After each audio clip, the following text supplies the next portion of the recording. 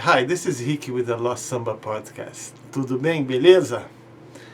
So today we're going to talk about one of the hidden gems in Brazilian music, legitimate fruit of the psychedelic 1970s, the cradle of a lot of great talent, namely a Barca do Sol. Cavalo marinho, me ensina o caminho que devo tomar. Solta as crinas do vento, galopa no vento, cavalo do mar. Now, imagine you're living in one of the most beautiful towns in the world.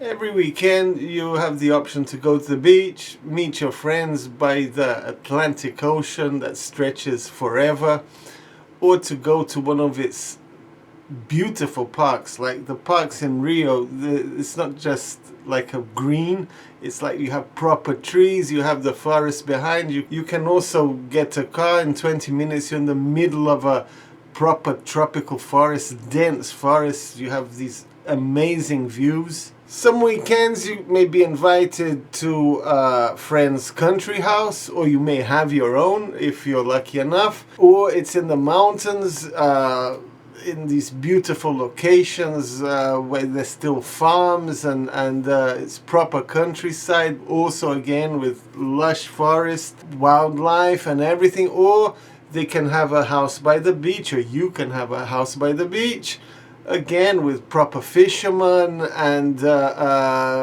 wildlife. So life is quite good.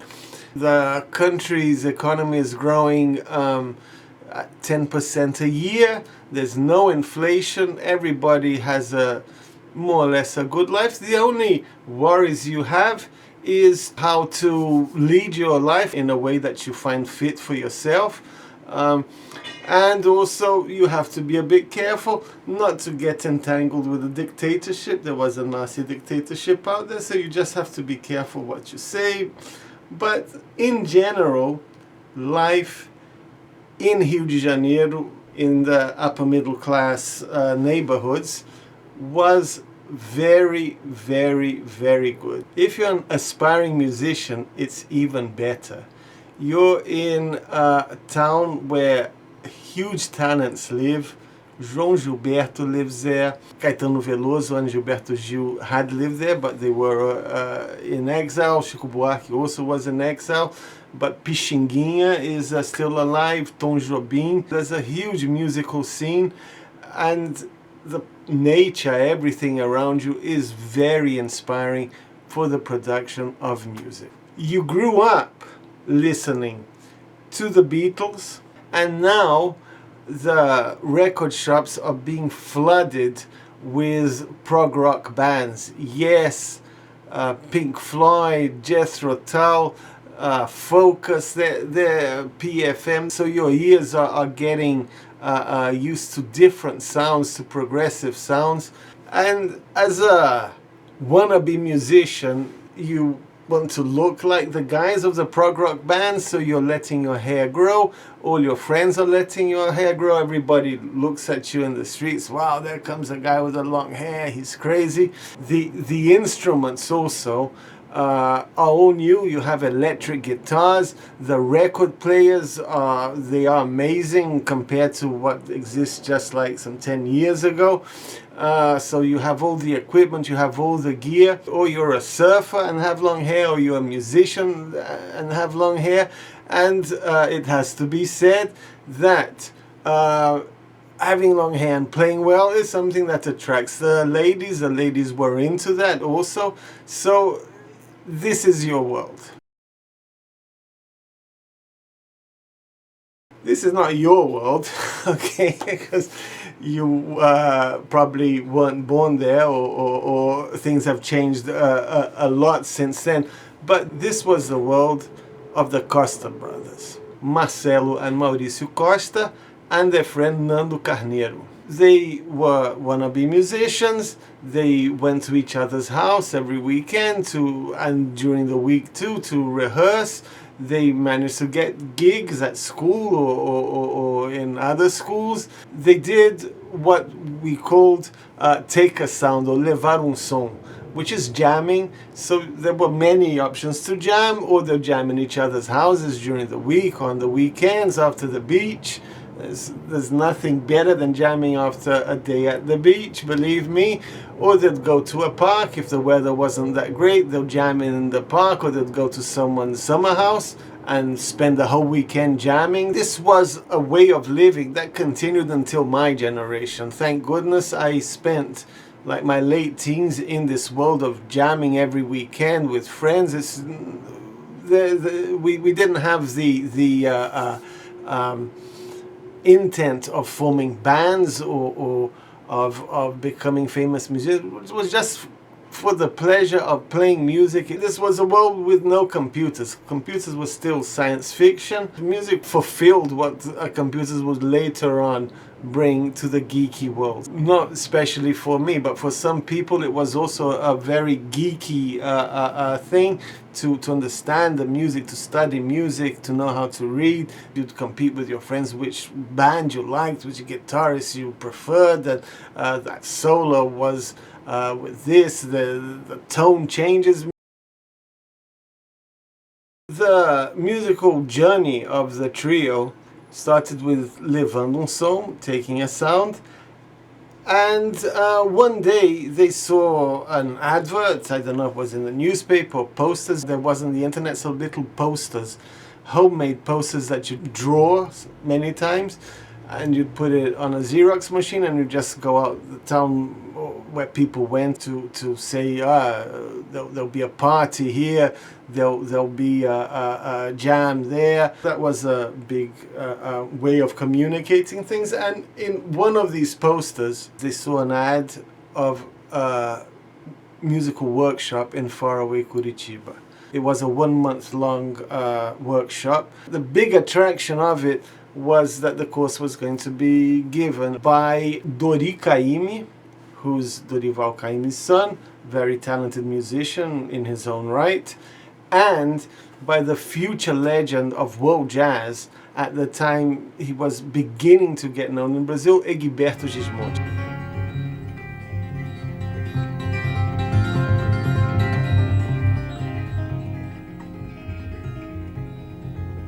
He had already recorded 1 or 2 albums, which caused a certain impact in the jazz niche, but he still hadn't reached his full potential, which he would do in about 5 years' time. This was 1973. He became a huge name in Brazil and abroad. So of course they went for this workshop. I don't know how it went with Dori Caymmi. Dori Caymmi gave the first 2 weeks, but in the second 2 weeks, the course was administered by Egberto Gismonti, and he was really impressed by the 3 and by other students, and he decided to mentor the band. He took a special liking for them, and there were other musicians. Many of them went on to study classical music in Brazil and abroad, in the United States, in France. 3 of the students decided to join the band. One of them was Jacques Morelenbaum.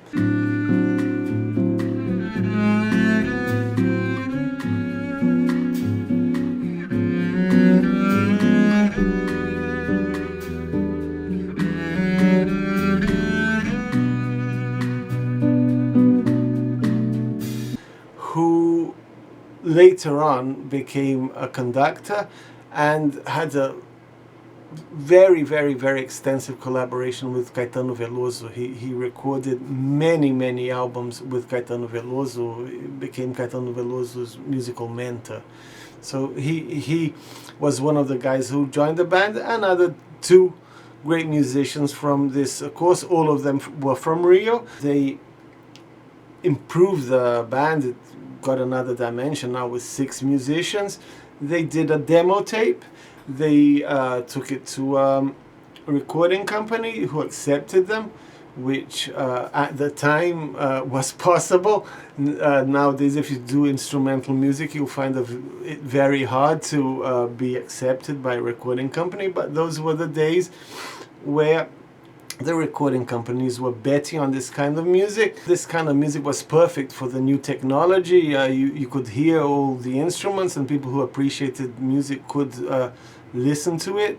It was a way to sell records and make money, and the things that the recording companies are there for. As in every band, I experienced this as a songwriter. I used to write songs in my early days. Sometimes a writer can't sing, which was, at least in the view of a few bands that had the case. So they were looking for a singer.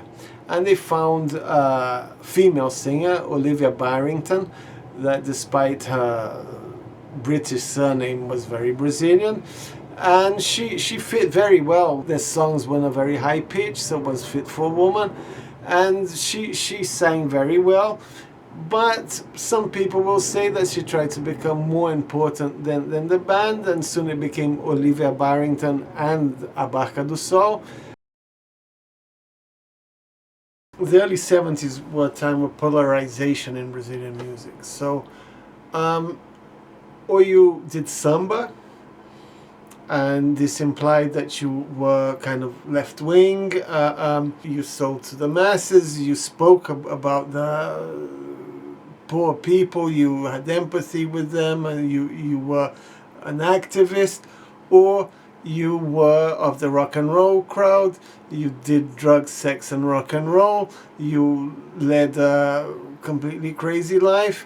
And there was this polarization. The Barca do Sol, they didn't see themselves in any of these sides. They just wanted to do good music, and this is what they were about. So this opened a problem for them when trying to get into the market, but it also put them in a niche where there were other people such as Ney Mato Grosso, with the Secos e Molhados, Milton Nascimento, Ivan Lins, other names, which didn't do neither samba nor rock and roll, just good music. Although a Barca do Sol can't be considered a activist band like so many other Brazilian bands, it does have an element of social critique, but more from an existential point of view.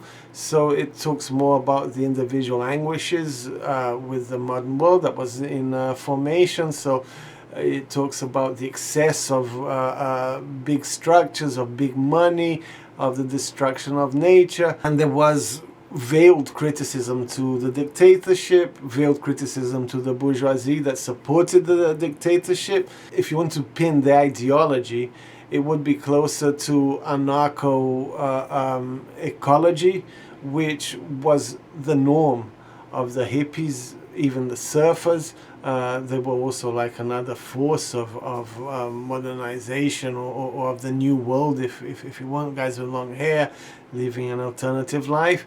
So it was more about living close to nature, everyone's equal, no big structures, be it on the right capitalist side or on the left with big parties and stuff like that. The early 70s were days when people with education and with a reasonably good job, they had no social media, and they went out much more for cultural pursuits. There was a hunger for quality stuff. Records of bands like a Barca do Sol sold, and the concert halls filled, so they were interesting commercially. And this was true not only in Brazil but throughout the world. These were the golden days of the Montreux Festival. People from all over the world went to Switzerland or to Montreux in Switzerland to see these bands, and there was a huge following for this kind of music, and many famous bands. I'll just name a few that come to my mind: Mahavishnu Orchestra, Weather Report, Chick Corea, and later on Pat Metheny, and many others were part of this generation of great musicians. And the prog rock also kind of went that way, but it wasn't the same. Prog rock in a way was easier consumption. It also has a lot of money invested into it. These guys were just good musicians interested in doing good music. In Brazil, obviously, there was a similar generation of great musicians. So you have Egberto Gismonti, which I've mentioned. There was Hermeto Pascoal, who was also a great musician. He was from the Nordeste, an albino guy, and he lived with his musicians like a sort of a sect. They lived in a house far away, and they did the most outlandish music, but very, very different, but very creative. There were also there was Naná Vasconcelos. He was the one who was most successful abroad. He was elected for 15 years in a row as the world's best percussionist. And then there were more traditional jazz guys like the late Vitor Assis Brasil. He died very early. Wagner Tiso, the guy who began with Milton Nascimento. They began their careers practically together.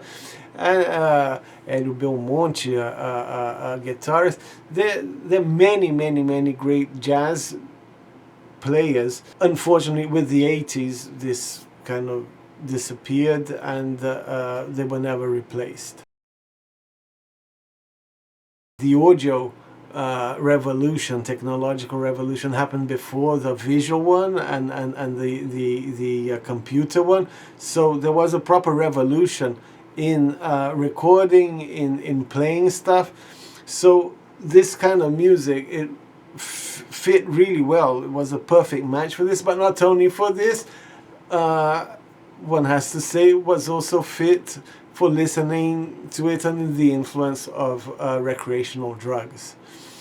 And this probably created a stigma, because when it ran out of fashion, or when it lost the fashion grace, it was considered a music for potheads, for losers, for things like that, which is very unfair, because it's much more clever than all the non-pothead, non-loser music that came after it. In the criticism to this generation of musicians, not only the drugs came in, or like the pothead thing, and all this negative press. It was also the fact that for you to play that way or play that well, you had to have an expensive musical education, you had to buy expensive instruments, and you had to have access to a whole bunch of expensive things. So it was a rich kid's playground, if you will, and this is part of the criticism that punk rock and everything that came after it did to that generation. Punk had the proper, or in its view, it had the proper feeling of the streets. It was the raw rock and roll, and in the argument, it ended up winning in the 80s. Barca do Sol, with the format of the band, you know, several musicians playing instrumental music at a very high quality, it opened the doors for a lot of similar bands that came later, doing something that wasn't samba, wasn't rock, but it was very different, with a little Brazilian touch to it, and doing really alternative and high quality music. So I can think of Grupo Rumo, Arrigo Barnabé, Luli Lucinha, Diana Pequeno. It must also be said that a Barca do Sol, in this door that they open, in this portal that they open for different kinds of sounds and different kinds of musics that weren't samba and weren't heavy rock and roll, they opened the doors for a whole generation of musicians from the Nordeste, like Alceu Valença, Geraldo Azevedo, Zé Ramalho, Fagner, and so many others, who went through that door and presented their version of music that mixed their culture with rock and roll. Some were more rock and roll, some were more typical, some were more vocal. So the song I'm going to play today, it uses a name from a Rolling Stones song, Lady Jane, and it talks about almost a prophetic song. Says that they can smell the scent of sewage under these huge Babel Tower buildings, and one day a big fire will happen and all of this will go crumbling down. I hope you like it. It's a bit tricky to sing, but I think it'll be okay.